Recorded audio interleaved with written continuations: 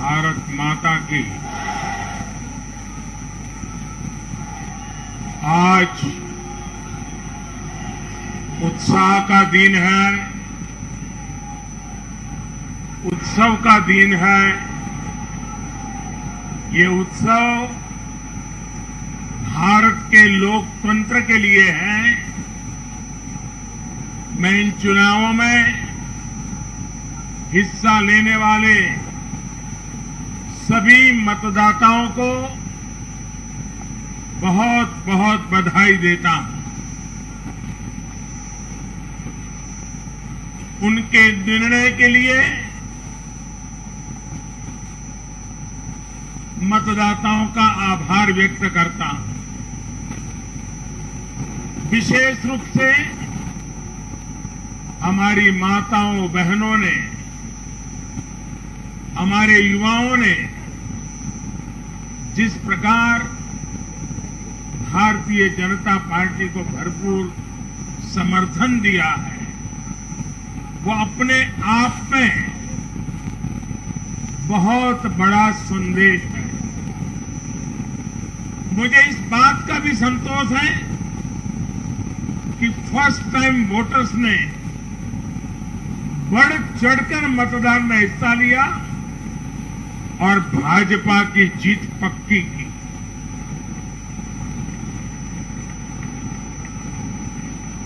चुनाव के दौरान भाजपा के कार्यकर्ताओं ने मुझसे वादा किया था कि इस बार होली 10 मार्च से ही शुरू हो जाएगी। हमारे कर्मठ कार्यकर्ताओं ने ये विजय ध्वज फहरा करके इस वायदे को पूरा करके दिखाया है। मैं भाजपा के सभी कार्यकर्ताओं की भूरी भूरी प्रशंसा करूंगा, जिन्होंने दिन रात देखे बिना इन चुनावों में कड़ी मेहनत की। हमारे कार्यकर्ता जनता जनार्दन का दिल जीतने में, जनता जनार्दन का विश्वास जीतने में सफल रहे और पूरे पार्टी का नेतृत्व जिन्होंने किया, कार्यकर्ताओं ने को जिन्होंने लगातार मार्गदर्शन किया, ऐसे हमारे राष्ट्रीय अध्यक्ष श्रीमान जगत प्रकाश नड्डा जी को भी मैं बहुत बहुत अभिनंदन करता हूं, बहुत बहुत बधाई देता हूं।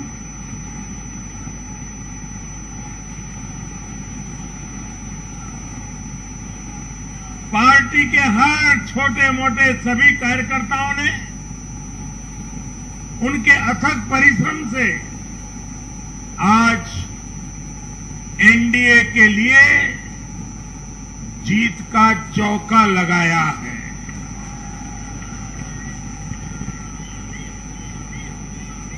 साथियों, उत्तर प्रदेश ने देश को अनेक प्रधानमंत्री दिए, लेकिन 5 साल का कार्यकाल पूरा करने वाले किसी मुख्यमंत्री के दोबारा चुने जाने का यह पहला उदाहरण है।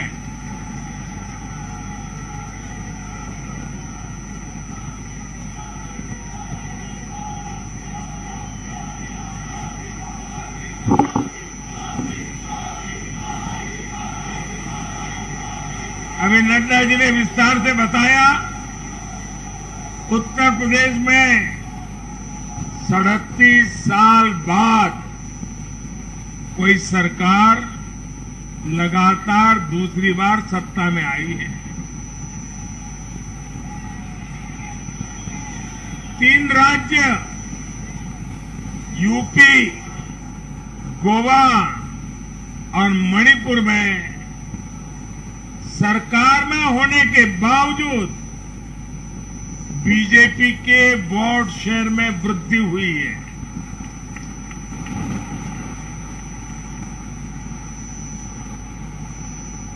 गोवा में सारे एग्जिट पोल गलत निकल गए और वहां की जनता ने तीसरी बार सेवा करने का मौका दिया है।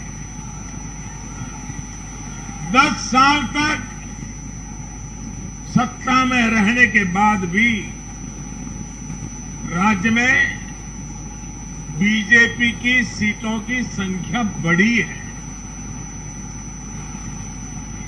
उत्तराखंड में भी भाजपा ने नया इतिहास रचा है। राज्य में पहली बार कोई पार्टी लगातार दूसरी बार सत्ता में आई है। यानी सीमा से सटा एक पहाड़ी राज्य, एक समुद्र तटीय राज्य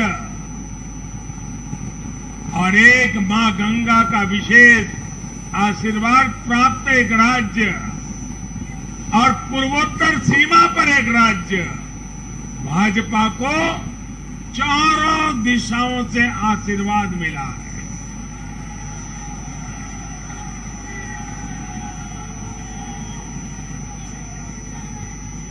इन राज्यों की चुनौतियां भिन्न है, सबकी विकास की यात्रा का मार्ग भिन्न है, लेकिन सबको जो बात एक सूत्र में पिरो रही है वो है भाजपा पर विश्वास। भाजपा की नीति, भाजपा की नीयत और भाजपा के निर्णयों पर अपार विश्वास। साथियों, ये चुनाव नतीजे भाजपा की प्रो एक्टिव गवर्नेंस पर एक प्रकार से बड़ी मजबूत मोहर लगाते हैं। पहले जनता अपने ही हक के लिए सरकार के दरवाजे खटखटाकर थक जाती थी। बिजली, पानी, गैस, टेलीफोन, बहुत बुनियादी सुविधाओं के लिए, सामान्य जरूरतों के लिए सरकारी दफ्तरों के चक्कर काटने पड़ते थे, पैसे देने पड़ते थे। कुछ साधन संपन्न लोगों तक सुविधा पहुंचने के रास्ते अलग थे, पहुंच जाती थी। देश में गरीबों के नाम पर घोषणाएं बहुत हुई, योजनाएं भी बहुत बनी, लेकिन उस योजनाओं का जो हकदार था, जिस गरीब का उस पर हक था, उसके लिए ये हक उसको मिले बिना परेशानी को मिले, उसके लिए गुड गवर्नेंस, डिलीवरी, इसका बड़ा महत्व होता है। लेकिन भाजपा इस बात को समझती है और मैं लंबे अरसे तक मुख्यमंत्री के नाते काम करके आया हूं, इसलिए मुझे पता है कि आखिरी इंसान की सुविधा के लिए कितनी मेहनत करनी चाहिए। बीते वर्षों में हमने गवर्नेंस डिलीवरी सिस्टम तो बेहतर किया ही, साथ साथ पूरी प्रक्रिया में पारदर्शिता भी लाए हैं। भाजपा गरीब को भरोसा देती है कि प्रत्येक गरीब तक सरकार ने निर्णय किए हुई सुविधाएं जरूर पहुंचेगी। और मैं गरीब के घर तक उसका हक पहुंचाए बिना चैन से बैठने वाला इंसान नहीं।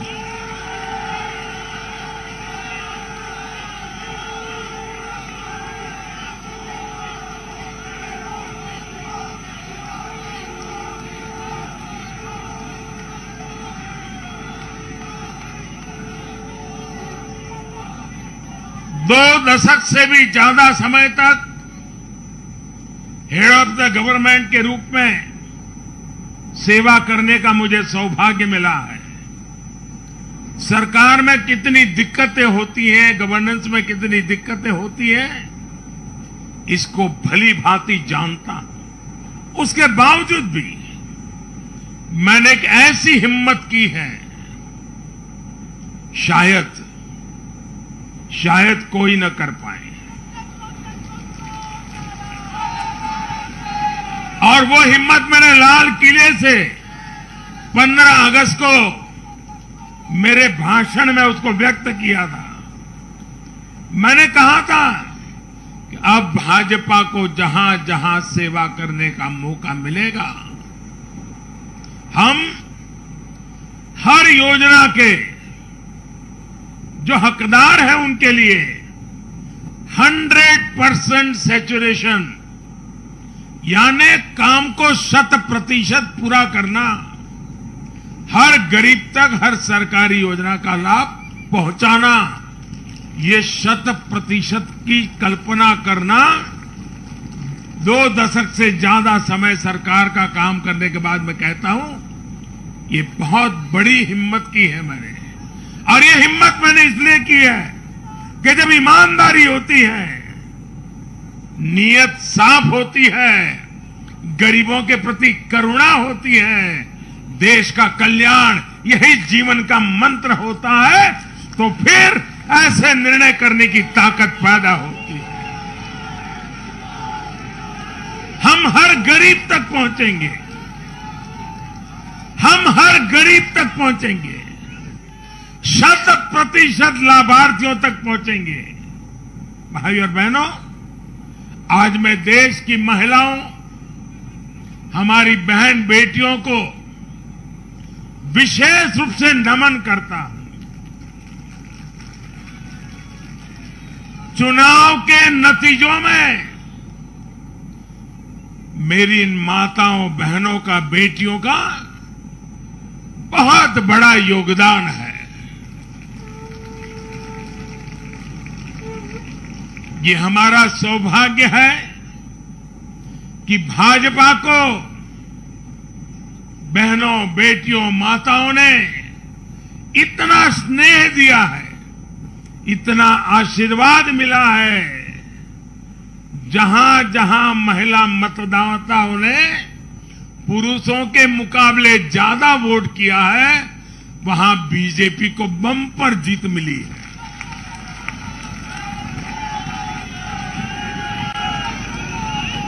एक प्रकार से हमारी माताएं, बहनें, हमारी बेटियां, हमारी ये स्त्री शक्ति भाजपा की जीत की सारथी बनी है।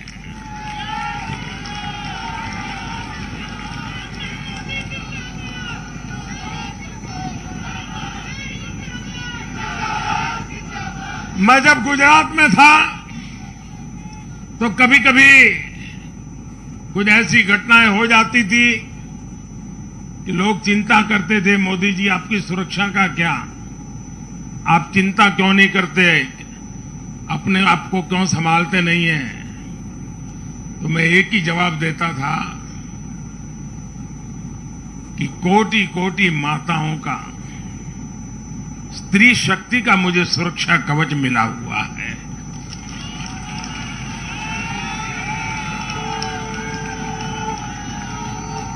साथियों, भारत की माताएं, बहन, बेटियां निरंतर भाजपा पर विश्वास कर रही हैं। उनको पहली बार विश्वास मिला है कि सरकार उनकी छोटी से छोटी जरूरतों को भी ध्यान में रखती है।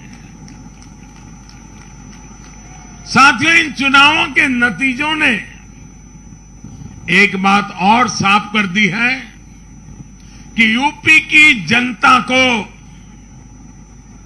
और मैं सभी ज्ञानियों को कहता हूं कि देश की भलाई के लिए अब पुरानी घिसी पिटी रिकॉर्ड छोड़ के जरा नए सिरे से सोचना शुरू कीजिए।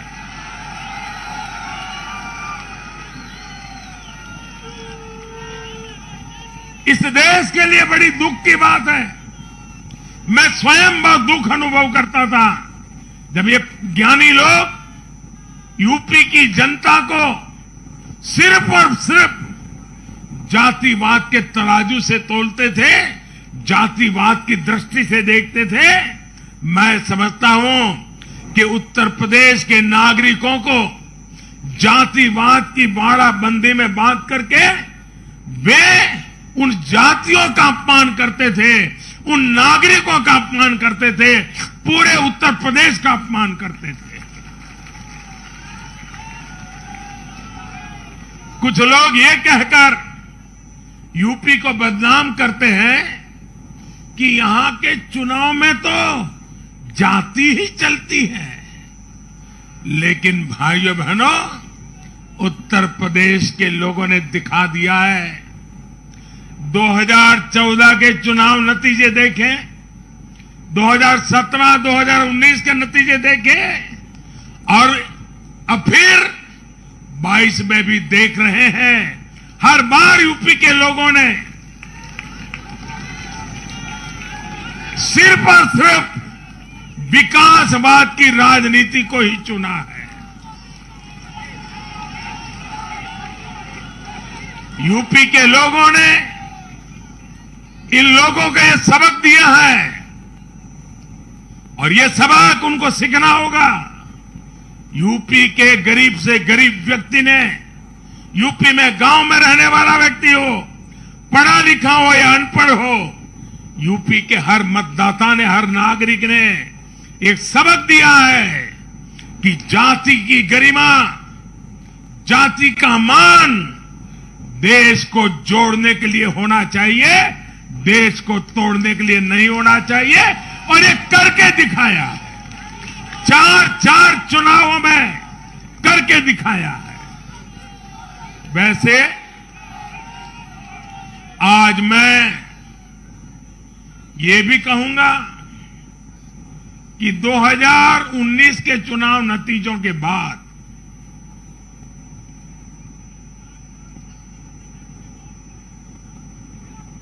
कुछ पॉलिटिकल ज्ञानियों ने कहा था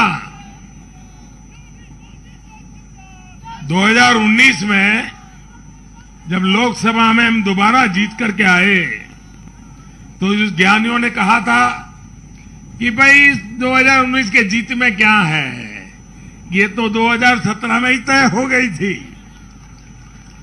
क्योंकि 2017 में यूपी का रिजल्ट आया था। मैं मानता हूं इस बार भी ये ज्ञानी जरूर कहने की हिम्मत करेंगे कि 2022 के नतीजों ने 2024 के नतीजे तय कर दिए हैं।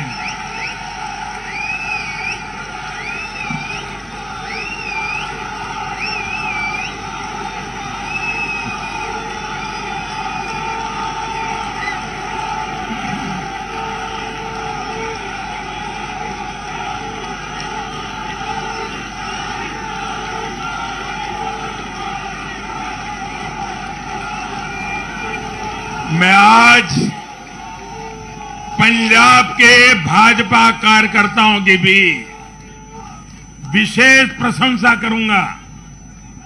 उन्होंने विपरीत परिस्थितियों में जिस प्रकार पार्टी का झंडा बुलंद किया है, वो आने वाले समय में पंजाब में भाजपा की मजबूती को, देश की मजबूती को एक अहम स्थान के रूप में विकसित करेंगे, ये मेरा पूरा विश्वास है।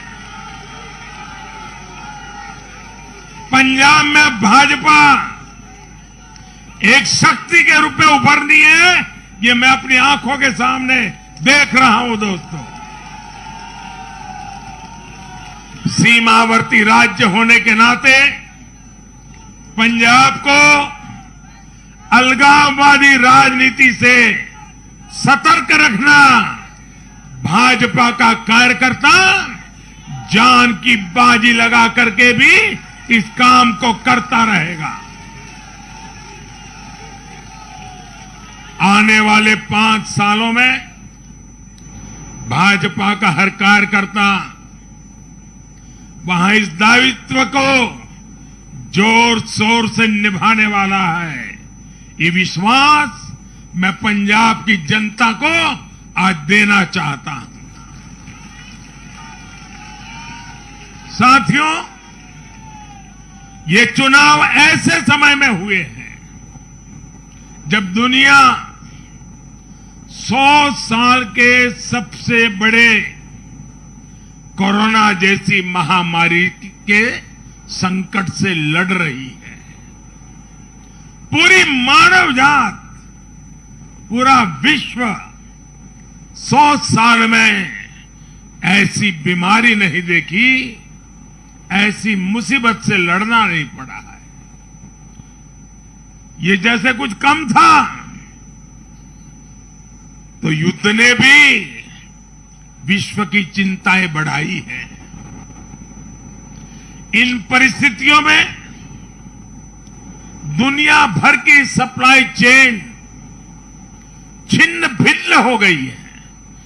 2 साल से सप्लाई चेन पर बहुत ही विपरीत प्रभाव हुआ और युद्ध ने उसमें और जोड़ दिया।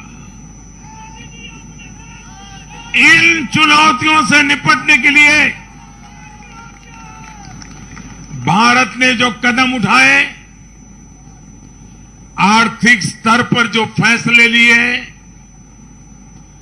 गरीब कल्याण के जो फैसले लिए, उन सभी ने भारत को संभल कर आगे बढ़ने में बहुत मदद की।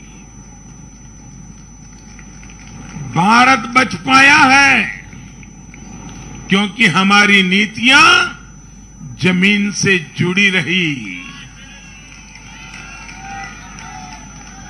हमारी नीतियां जमीन से जुड़ी रही और हमारे प्रयास निष्ठा और नियत की पटरी पर अविरत आगे बढ़ते रहे।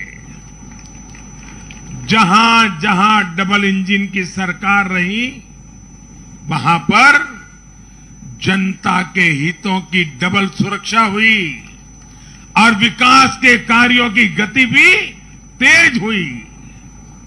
इस समय जो युद्ध चल रहा है, उसका प्रभाव प्रत्यक्ष और परोक्ष रूप से दुनिया के हर देश पर पड़ रहा है। भारत शांति के पक्ष में है, बातचीत से हर समस्या को सुलझाने के पक्ष में है। लेकिन जो देश सीधे जंग लड़ रहे हैं, भारत का उनसे आर्थिक दृष्टि से, सुरक्षा की दृष्टि से, शिक्षा की दृष्टि से, राजनीतिक दृष्टि से नाता है। भारत की बहुत सारी जरूरतें इन देशों से जुड़ी हुई हैं।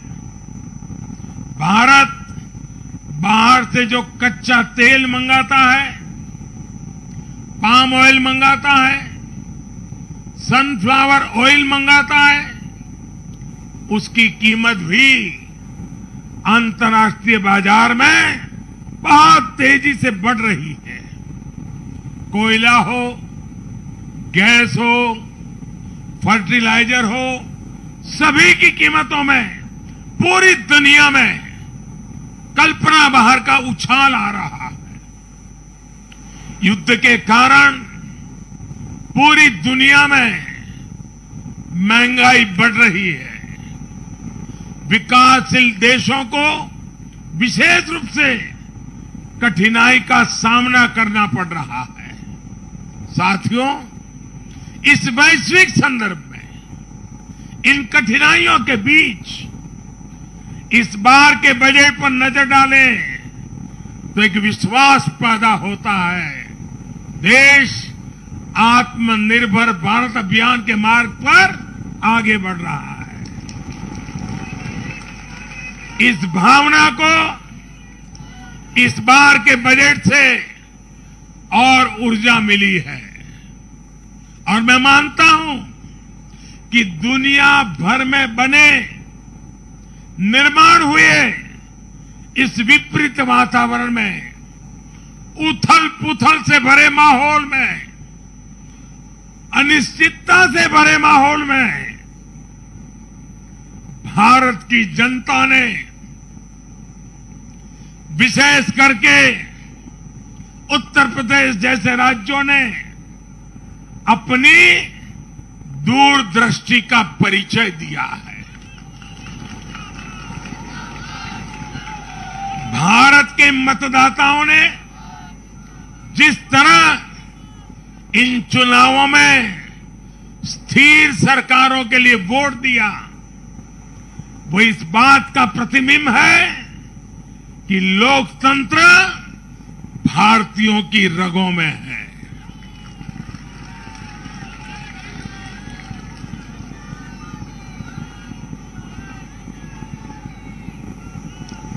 लेकिन भाई और बहनों, आज इस अवसर पर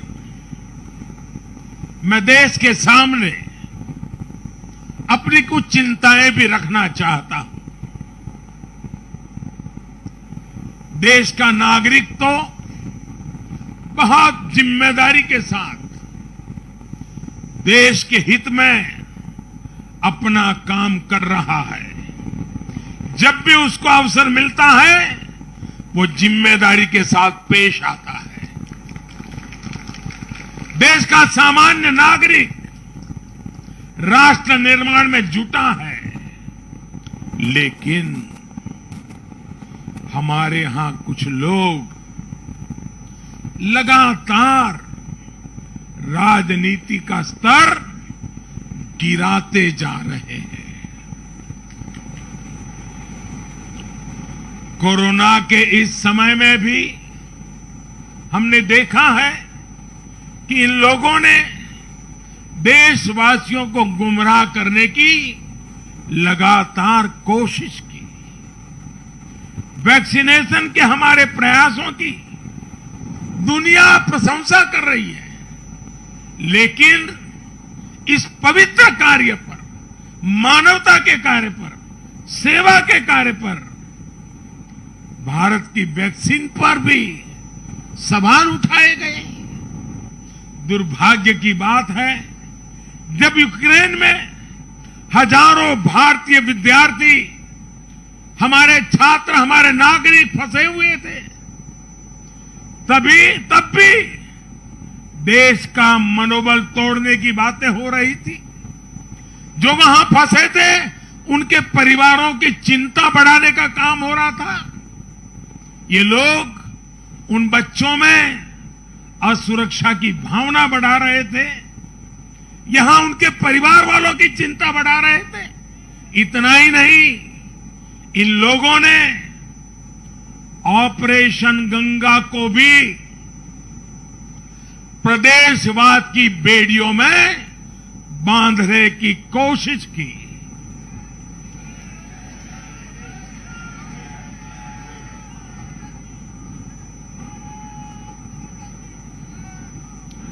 हर योजना को, हर कार्य को क्षेत्रवाद, प्रदेशवाद, जातिवाद, संप्रदायवाद का रंग देने का प्रयास भारत के उज्जवल भविष्य के लिए बहुत बड़ी चिंता का विषय है। साथियों, इन चुनावों में मैंने लगातार विकास की बात की। गरीबों को घर, गरीबों को राशन, वैक्सीन, आधुनिक इंफ्रास्ट्रक्चर, हर विषय पर भाजपा का विजन लोगों के सामने रखा। इसके साथ ही जिस एक बात पर मैंने सबसे ज्यादा चिंता जताई थी वो थी गौर परिवारवाद। मैंने राज्यों के लोगों को बताया कि कैसे मैं किसी परिवार के खिलाफ नहीं हूं, न ही मेरी किसी की व्यक्तिगत दुश्मनी है। मैं लोकतंत्र की चिंता करता हूं और मैं सभी ज्ञानियों को कहता हूं, जरा लोकतंत्र के तराजू पर इन चीजों को तोल के देखो।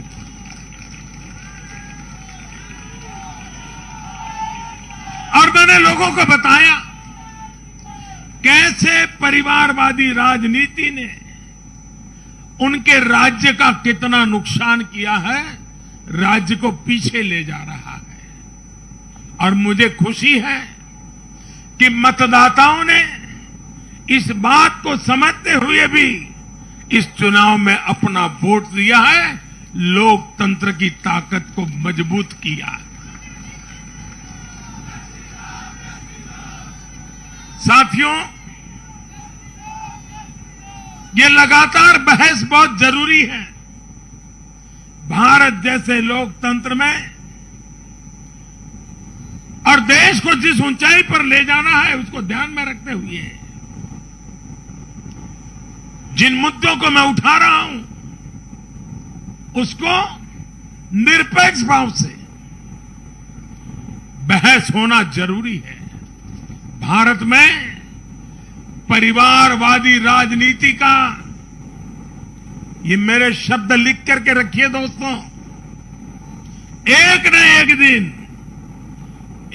एक दिन ऐसा आएगा जब भारत में परिवारवादी राजनीति का सूर्यास्त ये देश के नागरिक करके रहेंगे।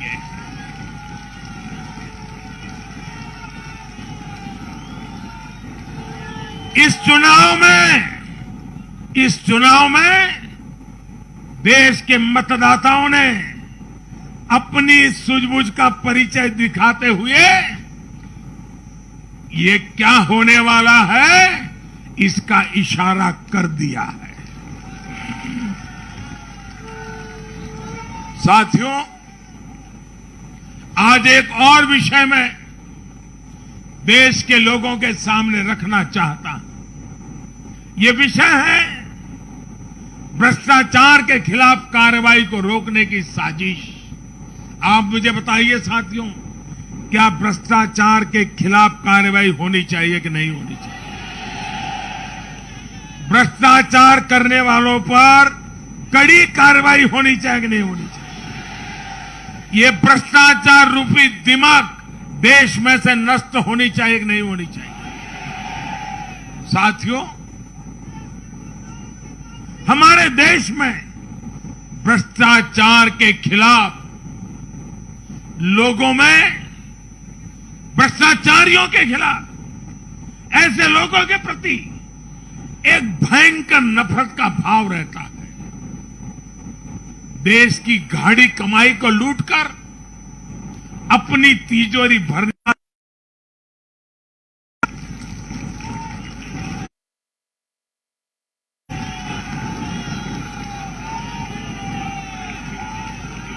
और देश हमसे अपेक्षा करता है कि मोदी जी, आपकी सरकार सिर्फ प्रामाणिक रहे इतना इनफ नहीं है। आप ही हैं, आप ही की सरकार है जो भ्रष्टाचारियों को सजा कर सकती है, उन पर कठोर से कठोर कार्रवाई कर सकती है। मुझे बताइए, जनता की इस अपेक्षा को मुझे पूरा करना चाहिए कि नहीं करना चाहिए? जनता की आशा आकांक्षा के लिए सरकार ने जिम्मेवार व्यवहार करना चाहिए कि नहीं करना चाहिए? लेकिन आज हम देख रहे हैं जो निष्पक्ष संस्थाएं, जो पूरी तरह इंडिपेंडेंट हैं, वे अगर भ्रष्टाचार के खिलाफ कार्रवाई करते हैं तो ये लोग और उनका पूरा इकोसिस्टम अब भ्रष्टाचारियों की रक्षा करने के लिए उन संस्थाओं को बदनाम करने के लिए मैदान में आ गए हैं।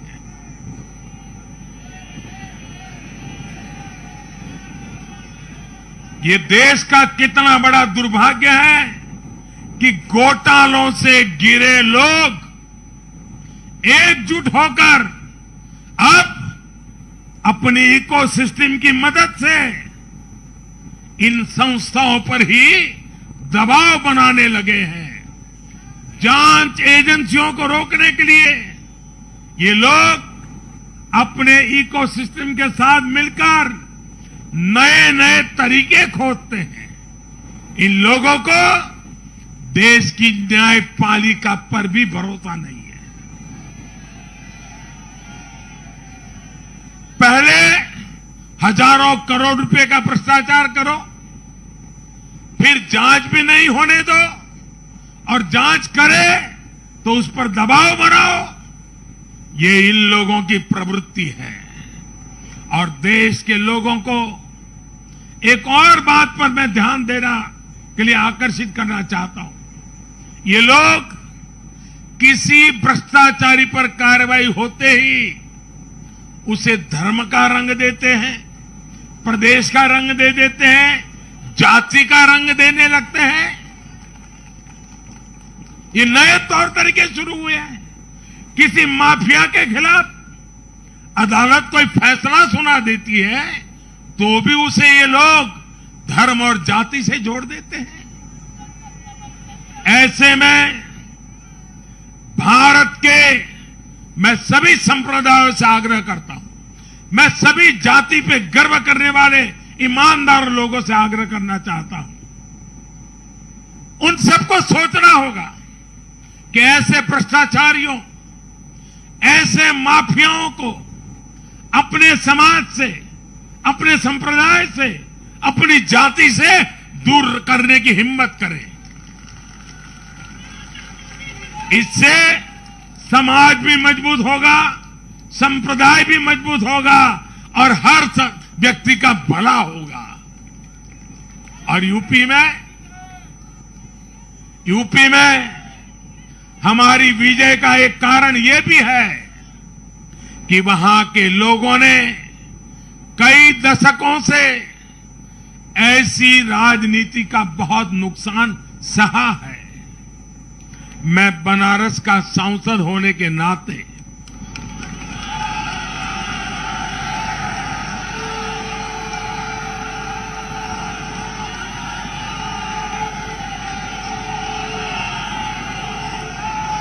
यूपी के लोगों के प्यार और आशीर्वाद ने मुझे भी यूपी वाला बना दिया।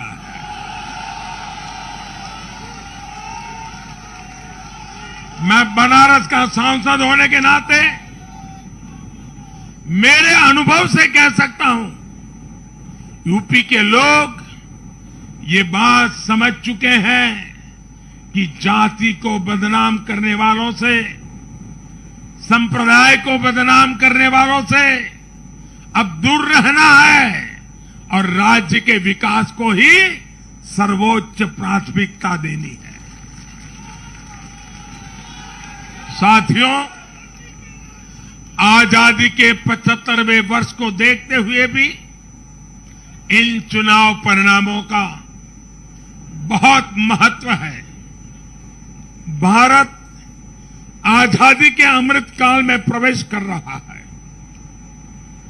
ये चुनाव परिणाम आने वाले 25 वर्षों के हमारे राष्ट्रीय संकल्पों के प्रति देश के मिजाज को, देश के मूड को प्रतिबिंबित करते हैं। यहां से हम दो पटरियों पर एक साथ तेजी से काम करने वाले हैं। एक तरफ गांव, गरीब, छोटे किसान, लघु उद्यमी, उनके कल्याण पर हमारा जोर है। वहीं दूसरी तरफ देश के संसाधनों, देश की युवा शक्ति को नए अवसर देकर हम आत्मनिर्भरता के मिशन को तेज करना चाहते हैं। भारत का युवा आज अपने हुनर से, अपने बुद्धि के बल से और अपनी क्षमता के उपयोग से दुनिया को समाधान दे रहा है। दुनिया का सबसे बड़ा और सबसे तेज टीकाकरण अभियान आज के भारत के सामर्थ्य का बड़ा उदाहरण है। आज भारत डिजिटल पेमेंट सिस्टम में आत्मनिर्भर हो रहा है। स्टार्टअप के क्षेत्र में अपना सामर्थ्य बढ़ा रहा है और तकनीक के क्षेत्र में नई नई उपलब्धियां प्राप्त कर रहा है। और यह सब हो रहा है उसकी युवा शक्ति के कारण। भारत में शिक्षा का स्तर उच्च कोटि का हो, जो देश और दुनिया की जरूरतों को पूरा करने वाली वर्कफोर्स तैयार कर सके, यह हमारा संकल्प है।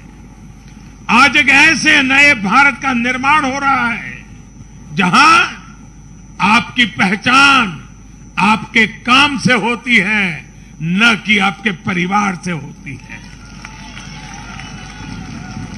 मुझे विश्वास है सबका साथ, सबका विकास, सबका विश्वास और सबका प्रयास के मंत्र पर चलते हुए हम अपने अपने राज्यों को नई ऊंचाई पर लेके जाएंगे। जब देश के हर राज्य का विकास होगा तो देश का भी विकास होगा।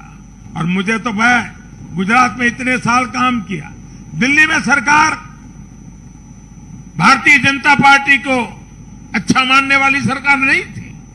हमारी सरकार में रोड़े अटकाने के सोच वाली सरकार थी। फिर भी गुजरात में हमारा मंत्र यही था, भारत के विकास के लिए गुजरात का विकास।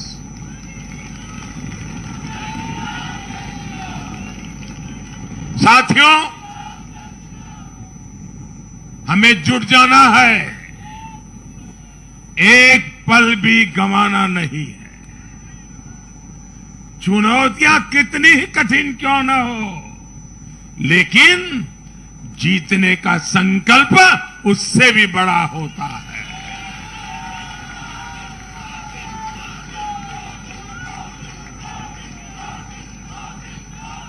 बड़े संकल्पों के साथ, बड़े सपनों के साथ ऊंची सी ऊंची ऊंचाइयों को पार करने के इरादे के साथ देश को आगे बढ़ाना है। साथियों, इतना बड़ा भव्य विजय भारत के उज्जवल भविष्य की गारंटी है। मैं एक बार फिर भारत के उज्जवल भविष्य के लिए ये जो निर्णायक मतदान किया है, इसलिए हमारे मतदाता अभिनंदन के बहुत अधिकारी हैं।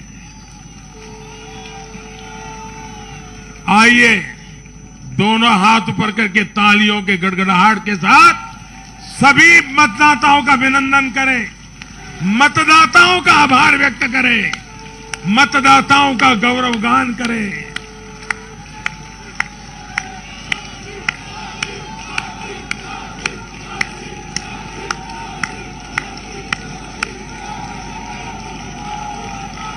भारत माता की, भारत माता की, भारत माता की। बहुत बहुत धन्यवाद।